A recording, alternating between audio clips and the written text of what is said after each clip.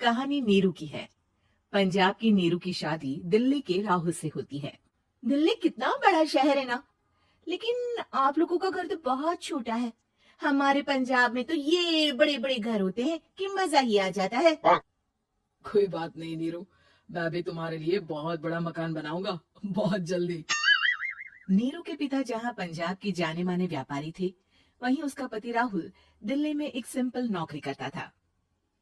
माँ, यहाँ तो घी मक्खन इतना महंगा है कि क्या बताऊं। मैं तो तरस ही जाती हूँ घी खाने के लिए। नीरू की माँ को ये सुनकर बहुत दुख होता है। मेरी बेटी को घी नसीब नहीं हो रहा है और ये बहू यहाँ बैठकर घी में शक्कर डाल रही है। देख वनिता, मैं साफ कह रही हूँ, इस घर में जितना घी आएगा उतना ही मेरी बेटी के घर दिल्ली भी जाएगा। अरे, ये क्या बात होगी माँ जी? बेटी का उतना ही करो जो अच्छा लगे। अब क्या मायके से घी और मक्खन तक की सप्लाई करोगी आप? हाँ, मेरी बेटी किसी चीज को तरसे मुझसे बर्दाश्त नहीं होता। अब क्या था, नीरू के मायके में 2 किलो घी आता तो 2 किलो दिल्ली जाता नीरू के पास। एक दिन, माँ, बड़ी गर्मी पड़ती है दिल्ली में। इस घर में तो एक ही एसी है और वो भी ड्राइंग रूम में। सारा परिवार एक ही कमरे में सोता है। और बेटा, वो तो हर घर की कहानी है, यहाँ भी एक ही एसी है। अरे बिल इतना आता है कि क्या बोलूं। तभी वहां राकेश आ जाता है। माँ, थोड़ी देर में यहाँ कुछ प्लम्बर आएंगे मेरे कमरे में एसी लगाने। जरा ध्यान से लगवा देना ना माँ। ओए, ऐसे कैसे तेरे कमरे में एसी लगेगा? हाँ राकेश, एक बार बात तो कर लेता। अरे पापा, वो वनिता को गर्मी में नींद नहीं आती। ड्राइंग रूम में सबके साथ सोने में वो अनकंफर्टेबल है, इसलिए। अरे पूरे परिवार के साथ वहाँ तेरी बहन नीरू भी तो सोती है, वो नहीं हो रही क्या अनकंफर्टेबल? समझ रहा है ना? अगर एसी लगेगा तो एक दिल्ली में तेरी बहन के कमरे में भी लगेगा, तभी तू लगा सकेगा। राकेश वनिता को सारी बात बताता है। वनिता करती भी क्या, मन मार कर बैठ जाती है। माँ, ये लोग ठीक नहीं है, क्या करूं मैं? अरे बेटी, यहाँ आ जा, तू यहाँ आकर रह ले। अरे छोड़ दे ऐसे पति को। कैसे छोड़ दूं माँ? समाज क्या कहेगा, लोग क्या कहेंगे? वैसे भी मेरा एक बेटा है मयंक। अरे हटा बेटा, तेरी उम्र ही क्या है, इतनी परेशान रहेगी तो काम कैसे चलेगा। खैर, बात आई गई हो जाती है। माँ को लगता है कि नीरू ठीक है, तो वहीं नीरू के मन में एक ही लाइन चल रही होती है, यहाँ आजा। माँ ने तो बोल ही दिया है कि यहाँ आजा। बस मयंक थोड़ा सा बड़ा हो जाए, इन गरीबों को छोड़कर मैं वापस माँ के पास ही चली जाऊंगी। वो इसी सोच में बाजार में चल रही थी कि मैम, आपका दुपट्टा जमीन को छू रहा है। नीरू जैसे ही उस लड़की की तरफ देखती है, देखती ही रह जाती है। हाय रे, कितना सुंदर लड़का है ये। अब क्या हुआ? मैंने कहा आपका दुपट्टा।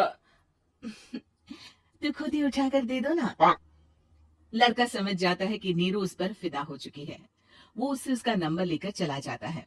अब क्या था, नीरू और रोहित में लगातार बातें होने लगती है। मैं हरियाणा का रहने वाला हूँ, यहाँ एक बड़ी कंपनी का मैनेजर हूँ। अच्छा, और कितने बच्चे हैं तुम्हारे? बच्चे? अरे मेरी तो शादी भी नहीं हुई है। तुम बताओ, शादी करोगी? नीरू शर्मा जाती है। अब लेकिन मैं तो पहले से ही शादीशुदा हूँ।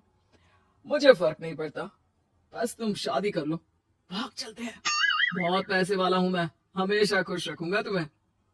नीरू रोहित से मिलकर सारा प्लान बना लेती है और फिर एक दिन घर से भाग जाती है। दोनों शादी कर लेते हैं।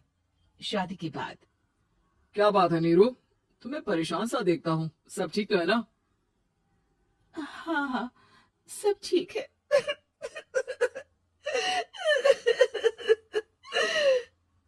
ये कहते कहते ही वो रोने लगती है। अरे क्या हो गया, रो क्यों रही हो? मैंने तुमसे एक बात छुपाई है और वही बात अब मुझे परेशान कर रही है। रोहित, मेरा एक बेटा भी है, उसका नाम मयंक है। क्या बात कर रही हो, ये तुमने मुझे पहले क्यों नहीं बताया? देखो नीरू, मेरी माँ को मैंने ये नहीं बताया है कि तुम शादीशुदा हो, बच्चा मैं मैनेज नहीं कर पाऊंगा। नीरू को समझ में नहीं आता कि वो क्या करे। तुम उस बच्चे को अपनी माँ को क्यों नहीं दे देती? नीरू चुपके से माँ को फोन करती है। माँ, क्या मयंक को तुम रख सकती हो? बेटा मैं राकेश के साथ बात करती हूँ, आखिर घर का बेटा वही है, जो वो बोलेगा। वैसे भी बेटा तूने जो किया है ना, उसके बाद से पूरा घर तेरी बुराई कर रहा है। मैं भी अब किसी से तेरे लिए लड़ नहीं सकती। राकेश बेटा, नीरू ने तो जो किया बहुत ही बुरा किया, लेकिन मैं सोच रही थी कि क्यों ना मयंक को हम यहाँ ले आए। तभी वनीता बोल पड़ती है, वाह जी, ऐसे कैसे यहाँ ले आए? यहाँ क्या भंडारा भरा है? और जिस बच्चे की माँ ने नहीं सोचा, उसके लिए हम क्यों सोचे? नीरू को एक बार तो अपने बच्चे के बारे में सोचना चाहिए था ना। अरे लेकिन तेरे पास भी तो लड़का नहीं है ना वनीता। माँ, वनीता ठीक बोल रही है। कल को वो बड़ा होकर इसी घर का हिस्सा मांगेगा तो हम क्या करेंगे? माँ कहती भी तो क्या, वो चुप रह जाती है। वहीं नीरू का पहला पति कहता है, माँ, अगर आज भी वो वापस आ जाए तो मैं उसे माफ कर दूंगा। बेटा, गरीबी चीज ही ऐसी है, क्या करेगा? तू तो अब मयंक का सोच। वो बेचारा तो बिना माँ का हो गया। मयंक के खातिर तू दूसरी शादी कर ले बेटा। लोगों के लाख समझाने के बाद नीरू के पहले पति की शादी रिद्धि से हो जाती है, जिसके पहले पति से 2 बच्चे होते हैं। देखो जी, मैंने शादी सिर्फ बच्चे के खातिर की है। मैंने भी शादी सिर्फ बच्चों के खातिर की है। वहीं नीरू के दूसरे पति के मन में ये बात घर कर जाती है कि नीरू एक मासूम बच्चे को उसके खातिर छोड़ कर आई है। अब देखो नीरू, मुझे लगता है कि जो औरत अपनी कोख का बच्चा छोड़ सकती है, वो तो कुछ भी कर सकती है। कल को तुम्हें मुझसे अच्छा कोई मिल गया तो तुम तो मुझे भी बाय बाय कर दोगी ना। नीरू को अब उसका दूसरा पति ताने देना शुरू कर देता है। तंग आकर नीरू उसके यहाँ से भागकर अपने पहले पति के पास चली जाती है, लेकिन ससुराल में क्या लेने आई है नीरू, मयंक को? नहीं नहीं सासू माँ, मुझसे गलती हो गई, मुझे माफ कर दीजिए। नीरू, अब वक्त खत्म हो गया है, मेरी शादी हो चुकी है। तो छोड़ दो ना उसे, हमारा बच्चा है। मैं आपको अपनी माँ नहीं मानता, मेरी नहीं माँ तो बात अच्छी है। नीरू मयंक की बात सुनकर समझ जाती है कि उसके पास अब ना आसमान रहा ना ही जमीन।